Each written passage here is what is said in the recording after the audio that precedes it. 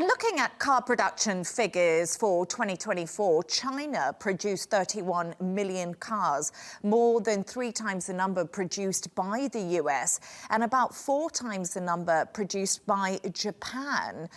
Why is China dominating so much in this sector?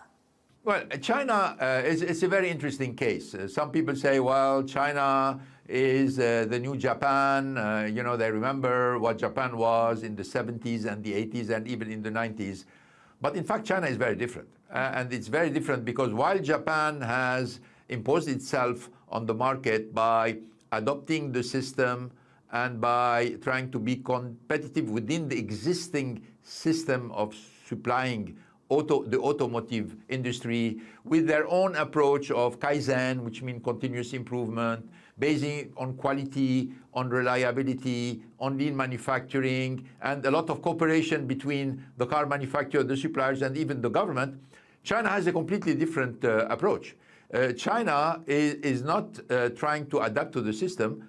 China is trying to change the system, to adapt, to put in place a system that is more in line with their own interest and their own talent. So they are trying to leapfrog the technology. They became masters in EV, taking advantage of the fact that the Japanese or the Koreans or even the Europeans were late on EV. They've developed a lot of technology in batteries. They're developing a lot of software. They're creating an ecosystem, a digital ecosystem. So the Chinese are trying to change this industry to their own benefit. On top of this, they have a huge cost advantage that they are, in fact, exercising in all the market. And there is a very, very strong coordination between the government from one side, the industry, the infrastructure, and the financial system.